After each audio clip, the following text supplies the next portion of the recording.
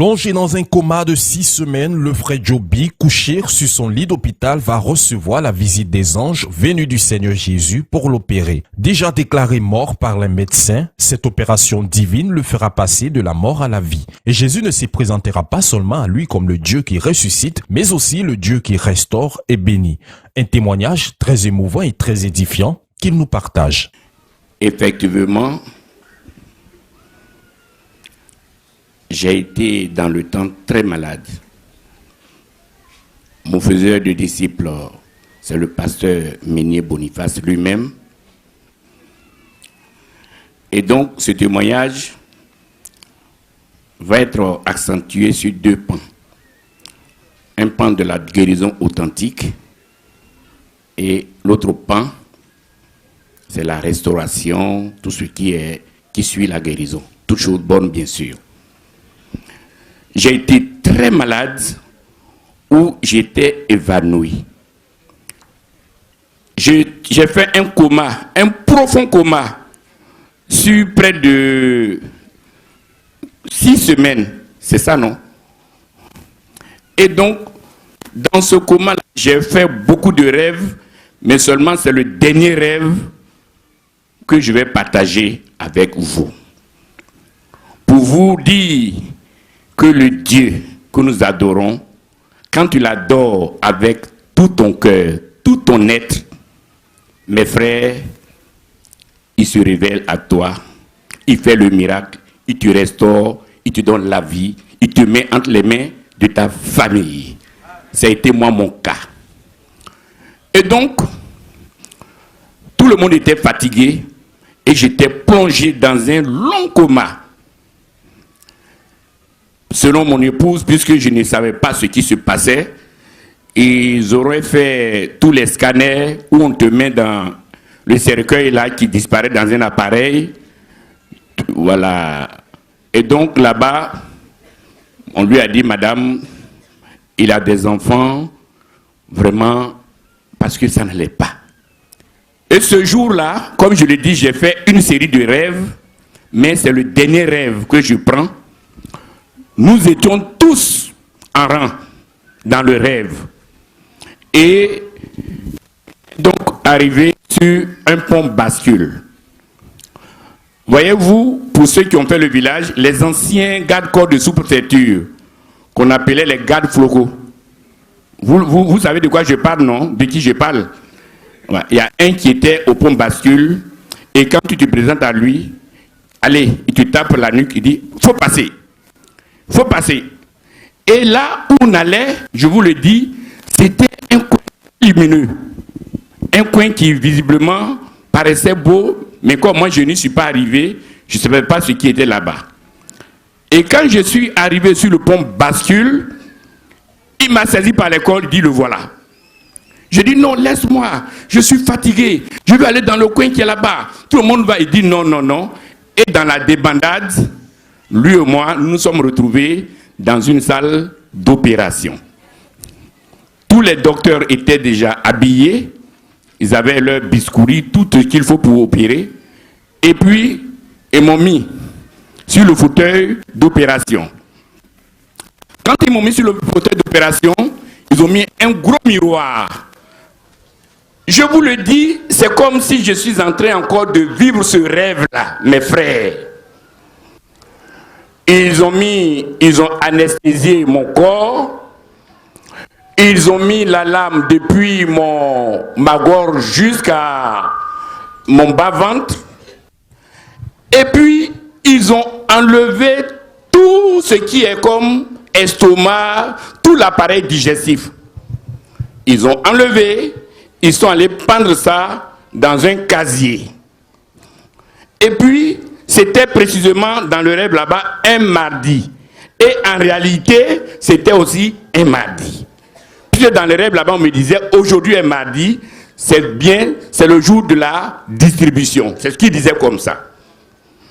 Et donc, ils sont allés prendre quelque chose d'autre dans un autre casier, mais ils arrivent, il n'y a rien dans ce casier-là. Le médecin qui allait chercher a dit au médecin-chef, Ah, patron, il n'y a rien dedans. Il n'y a rien. Je voyais que le médecin-chef se plaignait. Il dit, ah, qu'est-ce que nous allons faire? Qu'est-ce que nous allons faire? Qu'est-ce que nous allons faire? Mais en même temps, il a dit au monsieur, on dirait qu'on a mis quelque chose d'autre que pour lui là. Bon, va voir le dernier casier. Il arrive dans le dernier casier, il dit, ah tiens, il y a quelque chose dedans, chef. Il dit, oui, ce qu'on avait préparé pour lui n'est pas là, mais est-ce que le quelque chose qui est dedans là-bas est du groupe A+? Effectivement, moi je suis du groupe A+. Il dit, bon, laisse-moi aller vérifier. Il fait le test, c'est le groupe A+. De là-bas, il crie, oh docteur, on est sauvé. Et donc, ils prennent tout l'appareil digestif, ils viennent, ils me mettent carrément dans le rêve toujours. Et quand ils ont mis tout cet appareil-là depuis la bouche jusqu'au bas-ventre, ils étaient en train de coudre. Quand une femme est entrée en catastrophe, une femme vraiment de bon augure, elle était bien grosse puisque je pouvais la voir. Elle est venue et puis le docteur dit, ah madame, vraiment, on ne peut plus rien faire pour vous parce que c'est votre appareil digestif qu'on a pris pour donner à ce monsieur. Parce que hier, on a donné pour ce monsieur à quelqu'un d'autre. Donc vraiment, je dis, ça fait pitié. La dame le docteur se lamentait. Et c'est là qu'il a dit à la dame, madame, vous savez, nous avons des programmes ici. La dame qui était là, il lui a dit, madame, on ne peut pas aujourd'hui réparer ce qu'on enlevait de son ventre tout à l'heure. Il faut attendre le jeudi pour commencer à réparer. Alors que le jeudi, pour les hommes là-bas, il serait trop tard. Donc vraiment, nous ne pouvons rien faire pour vous. C'est comme ça que certaines personnes précipitent. D'autres, tu as été précipité, mais malheureusement, il n'y a pas d'autre solution. Tu es obligé de partir là où il faut partir, madame. Et il a demandé aux gens de me mettre sur la civière pour m'envoyer. Allez, enlevez-le. Ils m'ont donc pris sur la civière et après, nous sommes retrouvés, bon, là où je devais, j'étais complètement couché, où j'étais mort. J'ai sauté certains petits détails parce que mon premier fils est là. On lui a demandé, le docteur lui a demandé, est-ce que vous êtes combien d'enfants? Vraiment, il a fait près de 6 semaines, ton papa est dans le coma. C'est pas bien grave. Est-ce qu'il n'y a pas un plus grand que toi? Ce qui est sûr, s'il meurt, bon, c'est pas grave. Quels sont ses biens? Est-ce que vraiment ta maman qui est là, est-ce qu'elle est bien? Il a commencé à poser tout un tas de problèmes, de questions à mon fils. Donc, le docteur, bien sûr, il s'appelle le docteur Kwaku. Et donc, pour eux, je devais mourir. Donc, quand ils m'ont envoyé, j'étais couché, moi-même, ça dit que le malade que j'étais, était couché, et puis, ils voulaient donc me coucher sur moi-même, ce qui était dans leurs mains là. Voyez-vous, ma tête, quand on est couché, c'est pas dans quelle position j'étais couché, puisque j'étais couvert de... J'étais complètement mort. Mais en me couchant, certainement, peut-être j'étais couché comme ça, mais en me couchant sur moi-même, et ils ont voulu mettre ma tête là, l'autre côté. C'est comme s'ils veulent mettre ma tête comme ça. Et puis l'autre leur a dit, non, couchez-le à l'endroit. Que la tête qui est dans leurs mains soit dans le même sens que le corps qui est couché. Quand ils ont mis la tête à l'endroit, je vous dis, j'ai glissé, celui qui était dans leurs mains a glissé dans celui qui est couché. Voyez-vous le Dieu. Et quand ça s'est passé, vers les 4 heures du matin, je me suis levé et je suis assis sur mon lit. Je regarde à gauche, à droite, je me retrouve dans une salle tout seul. Et puis vers 5 heures, docteur Kwaku, qui me suivait, qui était un des grands docteurs, vient donc voir s'il faut maintenant aller faire comment on appelle la piqûre, le formol. Il arrive, il me voit, il voit quelqu'un qui est assis. Je vous dis mes frères, de toute façon il a fui.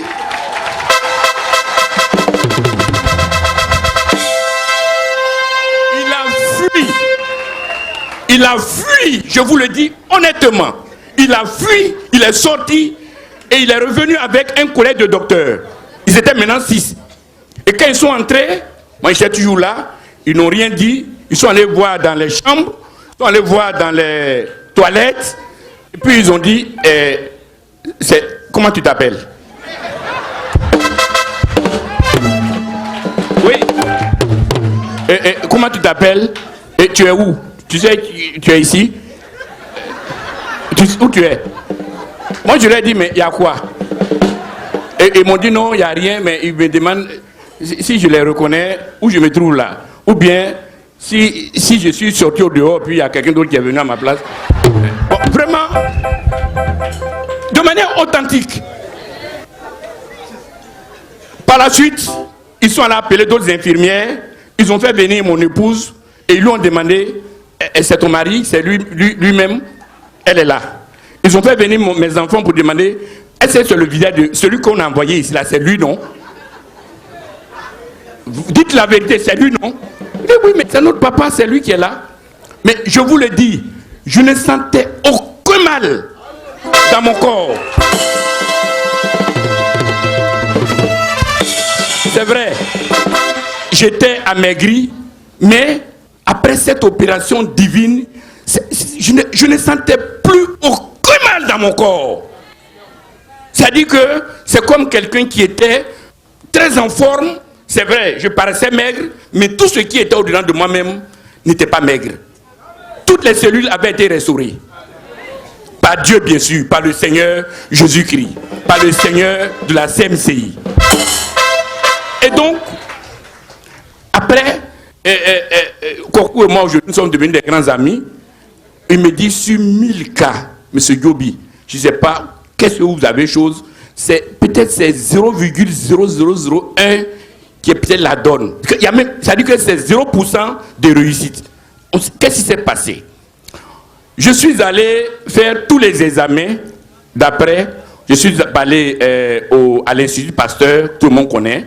Ensuite, au CAJ de même Cocody là, aux urgences, il y a un coin là-bas. Je suis allé chez Farah. Je suis allé au centre cardiovasculaire chez maman Bogui.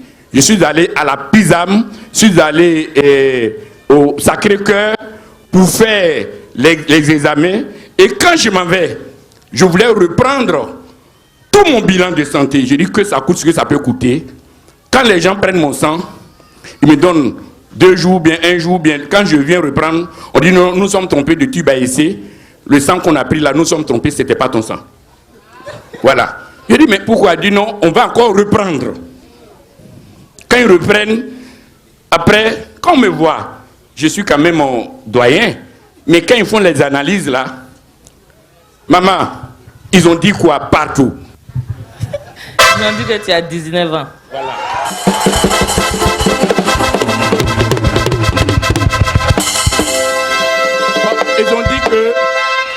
Ils ont dit, bon, ça dit que les reins que j'ai, ça c'est pour un jeune homme de 8 ans.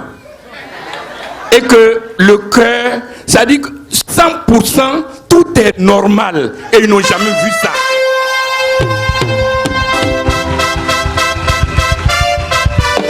Maman Bogui, elle est au centre cardiovasculaire au Jeanne de la Riviera. Pour ceux qui faisaient l'hypertension peuvent la connaître. Ah ben, elle m'a dit, non mon fils, viens, je suis allé m'entretenir avec elle. Elle a pris, elle m'a dit, bon, il y a quoi? Bon, il y avait tension, il y avait tel, j'ai fait tout. Maintenant là, on ne trouve plus rien. Et tu es chrétien? Il dit, oui maman, je suis chrétien. Il dit, bon, ton Dieu là, il faut que tu sois son esclave. Il faut lui donner tout. Il faut l'annoncer. Parce que ce Dieu-là, il t'a restauré. Mais ce qu'il t'a fait, c'est pas à tout le monde il fait, mon fils. Je suis docteur. Moi, maman Bogui. C'est moi qui t'ai analysé. C'est moi, les taux là, ça dit que la différence est tellement grande. Quelqu'un, le taux normal est peut-être 5 et puis on te trouve 200. Il n'y a pas d'espoir, mes frères et sœurs. Il n'y en a plus. Mais le taux est redevenu normal pour un enfant qui est né il y a 8 ans, entre 8 et 19 ans. Que vraiment, ce Seigneur-là, il faut t'accrocher à ce Seigneur. Je voulais vous dire vraiment ce matin, de dire merci à ce grand Dieu. Lui seul, ce qu'il a fait pour moi hier, il peut le faire pour toi aujourd'hui. Ce qu'il a fait pour moi hier, Il le fera pour toi aujourd'hui. Après est venue la restauration en 2 lignes. 2021, Dieu merci, je suis allé aux élections législatives. Sur 12 candidats, j'ai été élu. 2021, les hommes ont présenté le concours de l'ENA. Vous connaissez bien ENA. Un concours très susceptible, très difficile. C'était près de 13 000 à 15 000 candidats. Mes 2 enfants, voici leur maman. Les 2 enfants ont eu en même temps. 2021, il y a eu le concours de l'INGS qui est venu. Ils étaient près de 36 000 candidats. Mon fils a passé, il a eu. 2021, mon premier fils, il a fait ENA, il a fini. J'ai demandé à Dieu, c'est vrai, il est aujourd'hui inspecteur des finances. On les affecte loin. Dieu fait en sorte qu'il soit à côté de moi ici pour que de temps en temps, il veille sur moi parce que je suis devenu doyen. Et encore mieux, il faut le mettre là où lui veut. Dieu, on n'est pas en train de te forcer la main, on te supplie, on te demande pardon. Là où il a demandé, aujourd'hui, il est là-bas. 2021, les gens, Papa de Gonzague est témoin et le courant. Combien de fois les hommes m'ont jeté les mauvais sorts, mais de par Dieu, Jésus-Christ de Nazareth, de la CMCI, qui est passé par Papa de Gonzague, ceux qui m'ont empoisonné sont venus me dire qu'ils m'ont empoisonné, ils sont morts. Ce Jésus, il est grand. Mes frères et sœurs, soyons son esclave. Confions-nous à lui. N'écoutons personne. Jésus seul. Jésus sauve. Jésus guérit. Jésus restaure. Je donne la vie. Jésus est Dieu. Il est Dieu. Il est Dieu. Il est Dieu. Jésus est Dieu. Sans Jésus, moi je ne serai pas de ce monde. Je ne serai plus de ce monde. Mais Jésus, il a fait tout pour moi. Jusqu'aujourd'hui, les titres, laissons-les de côté. Regardez, il se soude de vie. Tant cher à Jésus, il a renouvelé ce soude de vie à moi. Qui suis-je? Parce que j'ai cru en lui. Parce que j'ai cru en sa parole. Croyez aussi en lui. Croyez en sa parole. Il est Dieu. Il n'est pas deux. Il est unique. C'est le Seigneur. C'est le Sauveur. Parce qu'il m'a sauvé. Qu'il vous sauve. Merci Seigneur Jésus. Merci à vous. Que l'honneur et la gloire lui reviennent. Merci Seigneur. Merci Seigneur. Amen.